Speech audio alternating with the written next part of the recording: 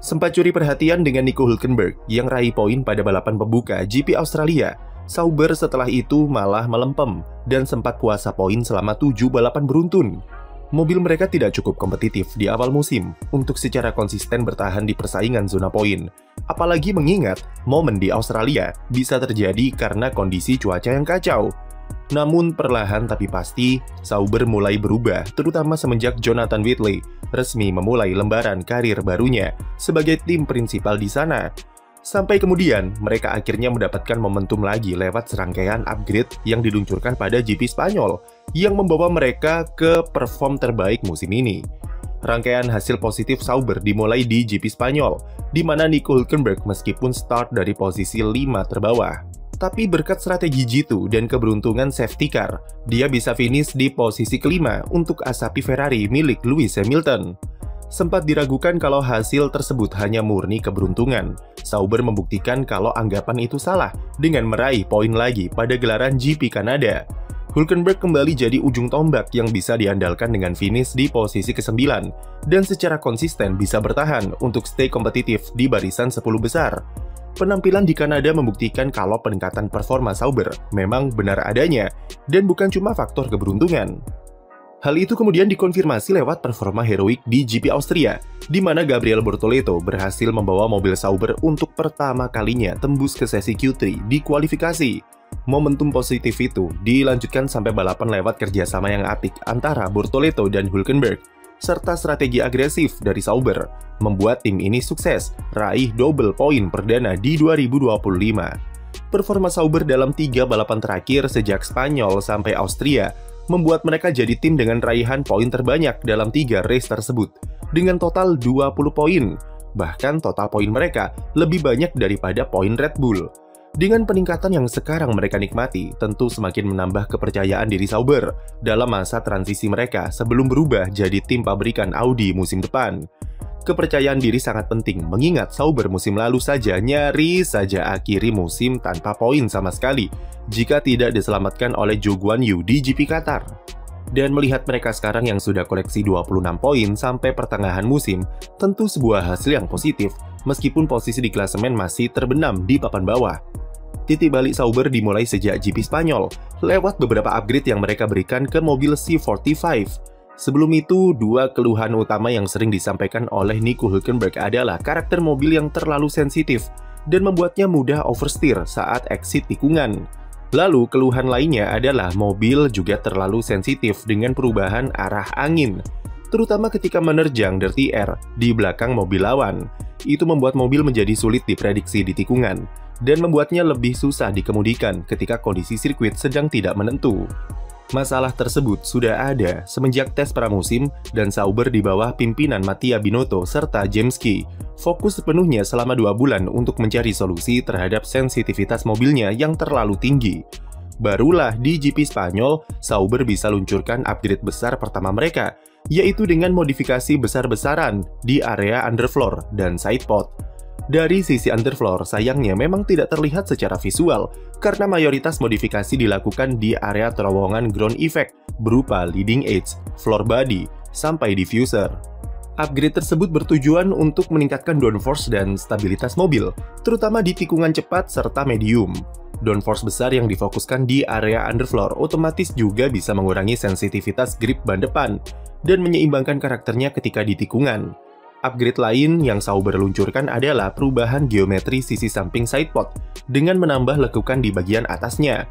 Area ini berguna untuk mengalirkan sejumlah airflow dari atas sidepod ke bawah floor sampai area cock battle yang akan memperbaiki konsistensi aliran angin yang datang dari undercut. Dengan airflow lebih konsisten, paling tidak tambahan downforce yang dihasilkan lewat underfloor tadi bisa distabilkan lewat manajemen aliran angin di sidepod baru ini. Area ini sangat krusial, karena jika airflow yang dialirkan terganggu, maka performa mobil secara overall juga akan terpengaruh karena aliran angin dari depan dan dari sidepod akan bertemu jadi satu. Hülkenberg jadi pembalap pertama yang mencoba paket baru Sauber di Spanyol dan hasilnya cukup positif, karena di sesi latihan bebas upgrade tersebut diklaim bisa membuat waktu rata-rata 0,25 detik lebih cepat dari Bortoleto yang masih pakai spek lama. Selain soal floor dan sidepod, Sauber juga luncurkan upgrade di sayap depan, yang disebut merupakan respon terhadap tes flexi wing yang lebih ketat di GP Spanyol. Namun upgrade ini hanya bersifat struktur sayap yang diperkuat dengan desain flap yang akan menyesuaikan dengan karakter sirkuit yang berbeda-beda. Tapi struktur sayap yang lebih kuat bisa juga berperan terhadap keberhasilan upgrade Sauber karena airflow yang dihantarkan ke belakang otomatis jadi lebih konsisten. Hasil dari upgrade itu secara keseluruhan memang sangat positif, terutama dalam memperbaiki ritme long run atau race pace Sauber. Downforce yang lebih besar dan stabil membuat kedua pembalapnya lebih konsisten dalam manajemen balapan, serta berpengaruh cukup signifikan dalam degradasi ban. Kualifikasi memang masih jadi PR besar bagi Sauber, karena mereka baru masuk Q3 satu kali dari Bortoleto di Austria. Hülkenberg yang biasanya cukup gacor saat kualifikasi, musim ini dia 8 kali gagal lolos di sesi Q1 dan belum pernah mencicipi start dari 10 besar. Bahkan di Austria kemarin, dia harus start dari posisi paling belakang. Paling tidak perkembangan mereka sudah ada tanda-tanda positif dengan Bortoleto yang kualifikasinya lumayan bagus, di mana ia bisa kalahkan Hülkenberg sebanyak 5 kali di musim debutnya. Perbaikan Sauber bukan cuma di perkara teknis saja, karena apa yang mereka capai dalam 3 balapan terakhir adalah akumulasi dari berbagai faktor. Kombinasi Jonathan Whitley dan Mattia Binotto di balik layar terbukti secara perlahan membuat Sauber merangkak ke papan tengah. Binotto membantu tim bertransisi dari aspek teknikal sejak musim lalu untuk mulai beradaptasi membuat mobil yang lebih kompetitif dengan tingkat development yang dipercepat. Pengalamannya sebagai tim prinsipal dan direktur teknis di Ferrari sangat berguna dalam memuluskan cara Sauber bekerja dalam pengembangan mobil, dan hasilnya pelan-pelan mulai terlihat. Kemudian Jonathan Whitley, yang notabene merupakan mantan sporting director Red Bull, terkenal dengan metodenya dalam membuat eksekusi operasional tim menjadi lebih klinis. Salah satunya adalah dari aspek strategi, di mana perolehan poin Sauber sejak Spanyol sampai Kanada bisa diraih dengan permainan strategi yang berani dan jitu. Hülkenberg di Spanyol diberikan strategi berlawanan dengan stay out selama mungkin dengan ban medium di stint keduanya untuk bisa stay di barisan 10 besar. Hasilnya ketika safety car keluar, posisi Hülkenberg sangat ideal, ditambah dengan ban soft baru yang masih ia simpan.